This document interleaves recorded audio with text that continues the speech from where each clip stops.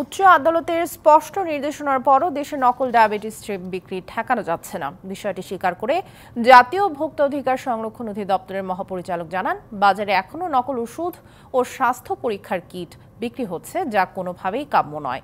দুপুরে রাজধানীর কারওয়ান বাজারে অধিদপ্তরের প্রধান কার্যালয়ে আয়োজিত নকল ডায়াবেটিস স্ট্রিপ বিক্রয় প্রতিরোধে করণীয় বিষয়ে আলোচনা সভায় নকল ওষুধ ও কিট বেচা কেনার বিষয়ে শঙ্কা প্রকাশ করেন আলোচকরা। নকল ওষুধ বিপণন ও বিক্রি বন্ধে ওষুধ প্রশাসন ও বাংলাদেশ ফার্মেসি কাউন্সিলের সহযোগিতা চান ভোক্তা অধিকার সংরক্ষণ অধিদপ্তরের মহাপরিচালক। নকল ওষুধ বিক্রি বন্ধে রেজিস্ট্রার ফার্মাসিস্ট ছাড়া ওষুধ বিক্রি নিষিদ্ধ করতে হবে। একই সঙ্গে নকল ওষুধ বিক্রির অপরাধে কেবল দোকান মালিকের শাস্তি না দিয়ে ফার্মাসিস্টকেও কঠোর শাস্তির আওতায় আনার তাগিদ দেন আলোচকরা। শুধু ডায়াবেটিস কিটই নয়, যে কোনো ওষুধ ও চিকিৎসা কিট নকল প্রতিরোধে ভোক্তা অধিকার সংরক্ষণ অধিদপ্তরের আইনের কঠোর বাস্তবায়নের তাগিদ দেন বক্তারা।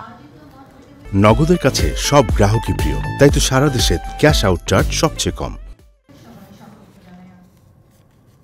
এখনো বাজারে নকল ডায়াবেটিস স্ট্রিপ আছে, তাহলে কি দাঁড়াচ্ছে যে এখানে আমাদের হেলথ থেকে ডিজিটাল থেকে এসছে, ডিজিটাল থেকে এসছে, এটি তো আমাদের স্বাস্থ্যের জন্য চরম ঝুঁকিপূর্ণ একটা বিষয়। এখন এখানে যদি নকল স্ট্রিপ হয়, সেটা দিয়ে তো আমি কোনোভাবেই জনস্বাস্থ্য নিশ্চিত করতে পারবো না।